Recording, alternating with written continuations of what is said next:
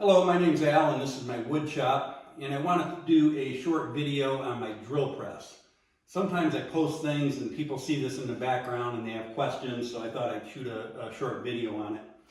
This is a Grizzly radial drill press, and it's a floor model. They also make a benchtop model.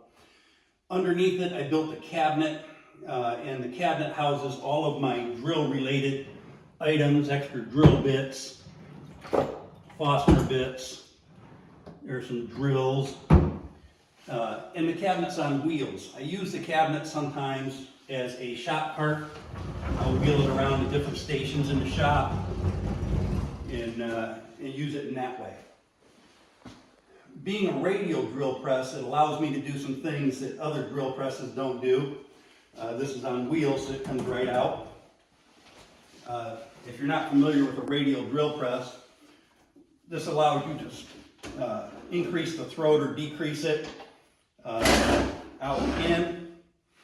It also allows you to pivot it left and right,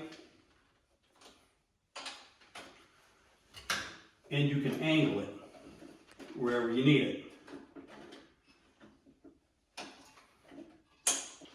The top I built for the table I built for the drill press is made out of Baltic birch, and the top is laminate flooring. I like to use that for jigs and stuff in the shop because it's very durable and it holds up well. The replaceable insert, so once you drill a bunch of holes in that, you can just stick a new one in there. The fence, I have two different fences. This is a taller one. I also have a shorter fence, and they both hold in place with these wedges.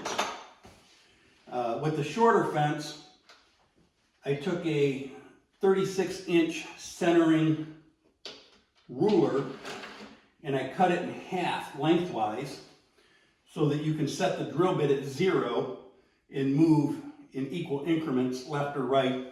You move your material left or right, and you can get accurate holes without setting up a bunch of stops and measuring. The taller fence has a hookup for dust collection. All of the dust collection in the shop is low voltage, so you just pull it out, it turns on the dust collector, and it's also quick disconnect so you can clean up around the drill bit for things that didn't get caught by the dust collector. Now, probably one of the most interesting things about my drill press is the power lift I built for it. Because I have the larger table and the cabinet that goes under it, it makes it difficult to get behind it to raise and lower the table. So I extended the lock for the table. Then I took a old DeWalt drill, cut the handle off of it, extended the wires up to the top. So now I can just run the drill press table up and down and lock it in place from the top of the table. That wasn't that difficult. It's just a matter of locating the 3 wires you need and extending them.